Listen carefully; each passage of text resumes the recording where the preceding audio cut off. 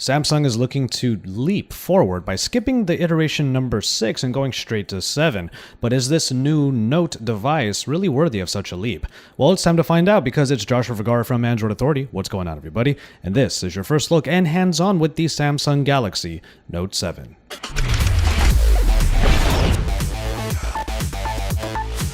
If you're looking at this device and it looks incredibly familiar, well, you're absolutely right. It does retain a lot of the look and feel, the design language that started with the Samsung Galaxy S6 and has moved on to devices like the S7, the Note 5, and the S7 Edge. But there is a bit of refinement to this design language that actually makes a world of difference. First of all, the phone is now water resistant, but not just the phone, but also the S Pen, which means that you can actually take notes underwater. Though we may not necessarily know why you would want to, it is a feature that is available now on the Note 7. The designers of the Note 7 made a big deal about this phone's symmetry. You have curves on the front for a curved display, but there are also curves on the glass of the back. And that means that both sides meet in the middle in order to meet the metallic skeleton. The result is a very comfortable feel in the hand as the sides feel really smooth and that lip actually doesn't protrude out a whole lot. The result also means that you have a somewhat more narrow device and it's less bulky than the Note 5 that came before it.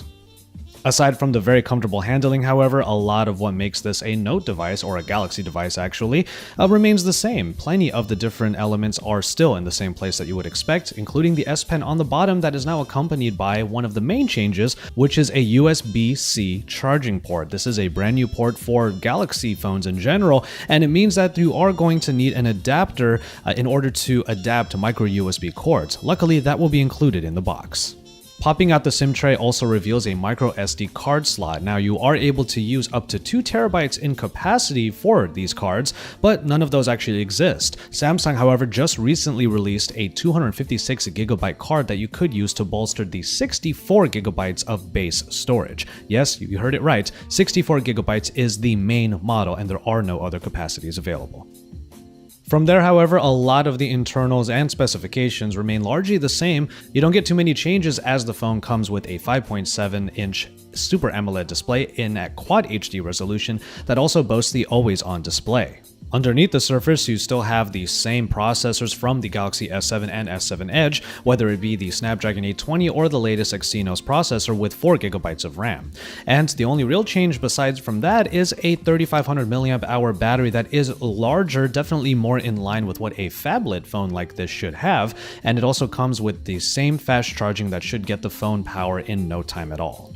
Now we are going to go ahead and mention the cameras here, but we weren't able to get any examples or samples obviously, but the camera package is still the same as that of the Galaxy S7. 12 megapixels on the rear at f1.7 aperture with dual pixel construction so that you get very fast autofocus and better low light shots.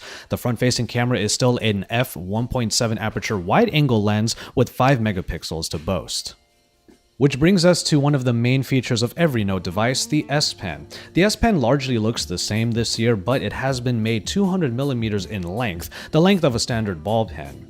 And it's only 3 grams in weight, so it's still incredibly lightweight and has that button that you can use for a number of functions. And before you even ask, it does not go in backwards anymore. There's not even a chance for you to break the S Pen this time around because that very small portion at the top, the clicky top, is just wide enough to stop it from even going in at all.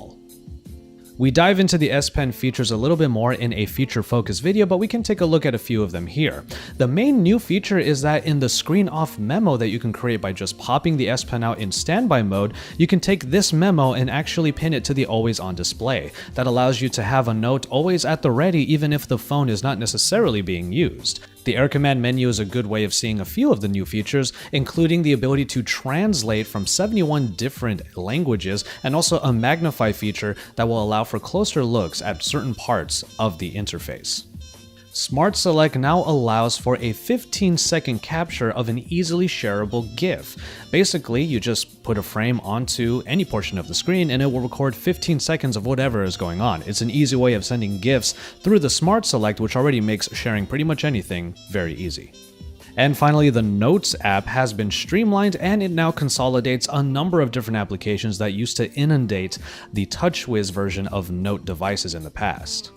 And for an added bonus, any of you who really love to use notes can actually use this app on Galaxy S devices too in the future.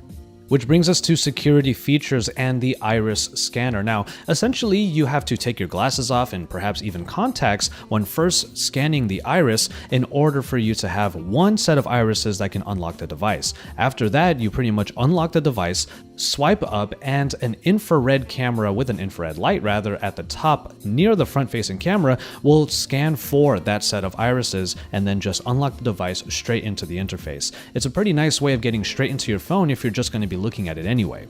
The same security features that unlock the device can also be used for a secure folder, and these are also things that we dive into a little bit more in a feature-focused video.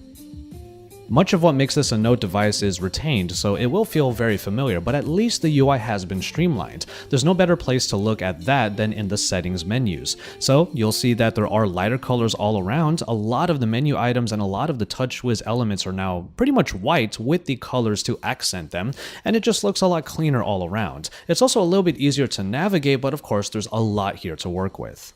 But speaking of interface changes, of course, we have the curved display on the Note 7, which will be a mainstay of it. You won't be getting a different version of this device anymore because we already have the S7 Edge, and you can look at that as a Note 7 without an S Pen.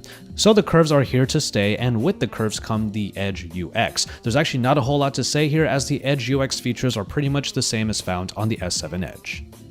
And so there you have it for this first look and hands-on with the Samsung Galaxy Note 7. We have a lot of coverage of this phone, including color comparisons, the two feature-focused videos I just mentioned, and of course comparisons with some of the flagships in the Android space today.